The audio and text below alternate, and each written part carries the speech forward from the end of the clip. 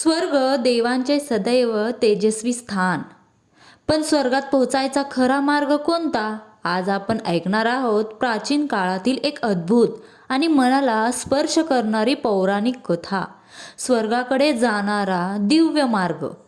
प्राचीन काळ. हिमालयाच्या पायथ्याशी असलेले एक शांत निर्मळ आश्रम. तिथे राहायचा ऋषी चिरंजन नावाचा एक तपस्वी आणि त्याचा शिष्य अनघराज. अनघराज अत्यंत प्रामाणिक, सत्यप्रिय आणि देवभक्त. त्याला जन्मापासून एकच उत्सुकता लागलेली असायची.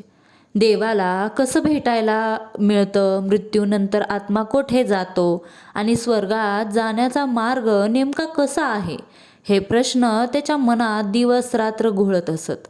एके दिवशी ऋषी चिरंजन भगवान शिवाची उपासना करत असताना तेजाने भरलेले आकाश फाटतं.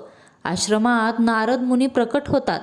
शिष्य अनघराज नम्रपणे नतमस्तक होतो. नारद प्रेमाने हसतात. बाळा, इतका शोध का घेतो आहेस? गुरुदेव, मला जाणून घ्यायचं आहे स्वर्गात पोहोचायचा मार्ग. नारद शांतपणे म्हणतात. स्वर्गाकडे जाणारा मार्ग बाहेर नाही, तो आपल्या गुणांनी तयार होतो. आज मी तुला 7 दिव्य पायऱ्या सांगतो, जे खरे स्वर्गाचे मार्ग आहेत आणि इथून सुरू होतात. अनघराजचा दिव्य प्रवास सुरू होतो. पहिली पायरी, सत्य. नारद म्हणाले, सत्य म्हणजे देव. सत्य बोलणारा मनुष्य लोकांच्या हृदयात स्वर्ग तयार करतो. त्या दिवसापासून अनघराजने आयुष्यभर सत्याचे पालन केले. कठीण प्रसंग आले, पण खोटं बोललं नाही. पहिली पायरी पार झाली. दुसरी पायरी, दया. एकदा वनात त्याला रक्तबंबाळ पाडस दिसले. संपूर्ण गाव घाबरून पळत होते, पण अनघराज पुढे आला. त्याने त्या प्राण्यांची सेवा करून त्याचा जीव वाचवला. नारद म्हणतात, दयाशिवाय स्वर्गाची दारं उघडत नाहीत. तिसरी पायरी, क्षमा. राज्यात काही लोकांनी अनघराजवर चोरीचा खोटा आरोप केला. गावकरी रागाने त्याला मारायला धावले, पण अनघराज हसून म्हणाला, तुम्हाला वाटलं ते बरोबर आहे. मी तुम्हाला काहीही दोष देत नाही. देव सर्व पाहतो. क्षणात तिसरी पायरी उजळली. चौथी पायरी, सेवा. अनघराजने वृद्ध, आजारी, अनाथ, गरीब अशा सगळ्यांची सेवा केली. त्यांच्या हातून घेतलेली सेवा देवाच्या स्पर्शासारखी वाटायची. पाचवी पायरी, नम्रता. लोक त्याला संत समजू लागले. यज्ञ करते त्याला नमस्कार करू लागले, पण तो म्हणायचा, मी काहीच नाही. जे होतंय ते देवाची कृपा आहे. देवांना प्राणप्रिय असलेली नम्रता त्यांच्यात पूर्ण होती. सहावी पायरी, संयम. तगडा दुष्काळ, गावकरी उपाशी. काही जण अनघराजला दोष देतात. तू साधू असल्यामुळे देव रागवला आहे.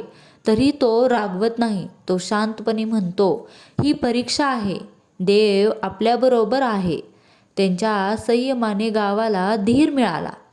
सातवी आणि शेवटची पायरी, निरपेक्ष प्रेम. नारद म्हणाले, बाळा, देवाला सर्वात प्रिय एकच गुण, कोणतीही अपेक्षा न ठेवता केलेलं प्रेम. अनघराज गावासाठी दिवस रात्र सेवा करत राहिला. प्रसिद्धी मिळाली नाही, महिमा नाही, फक्त माणुसकी आणि प्रेम. दिव्य क्षण. स्वर्गाचे दार उघडते. एका रात्री आकाशात प्रकाशाचा विराट स्तंभ उभारतो. गंध, सूर आणि अप्सरांचा दिव्य गाण्यांचा नाद. देवदूत म्हणतात, अनघराज, तू 7ही पायऱ्या पार केल्या. तुझ्या गुणांनी तू स्वतः स्वर्गदार तयार केलं. ये, स्वर्गाचे दार तुझ्यासाठी उघडले आहेत. अनघराज तेजस्वी प्रकाशातून विलीन होतो आणि आकाशात दिव्य मार्ग चमकत राहतो.